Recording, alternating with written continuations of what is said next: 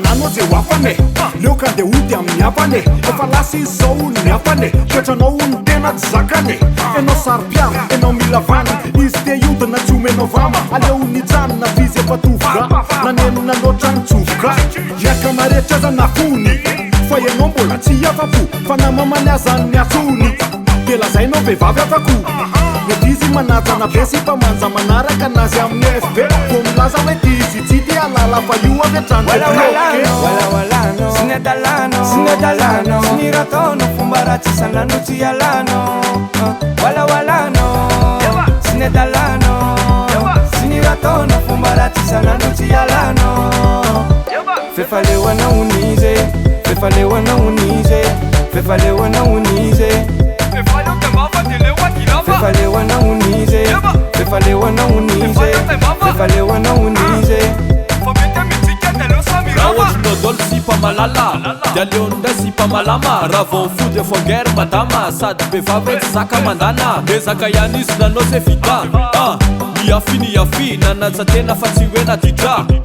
tsy mba napirafy nefa isanandro vao maiky anao zalozy lefitikelo atio a nelozy ka leony mandray ny valizy de mbola tsisy maratre satry nery hoe anana valizy dommage fa leony take walawalano sinedalano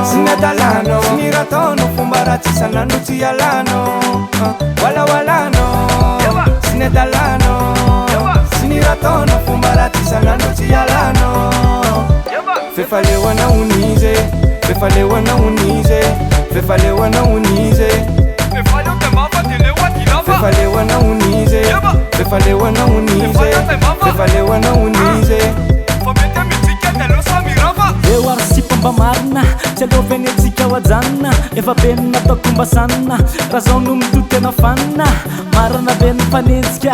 aoko ny mpanendrikendrika tsy tokany bika manendrika fa tsy sipaky zany ma imendrika tairo ipitsio tairo ialao ianao masika atao saka malao raha zao mamanao kozy io pampanao hoendao ny divorce sandreny ho atao fa za tsy d'accord raha zao no mitoy ny atsika ny lov tantara mitoy aleo iatsybady aleo iatsakamo ianao sy alika ampiandro tanà walawalano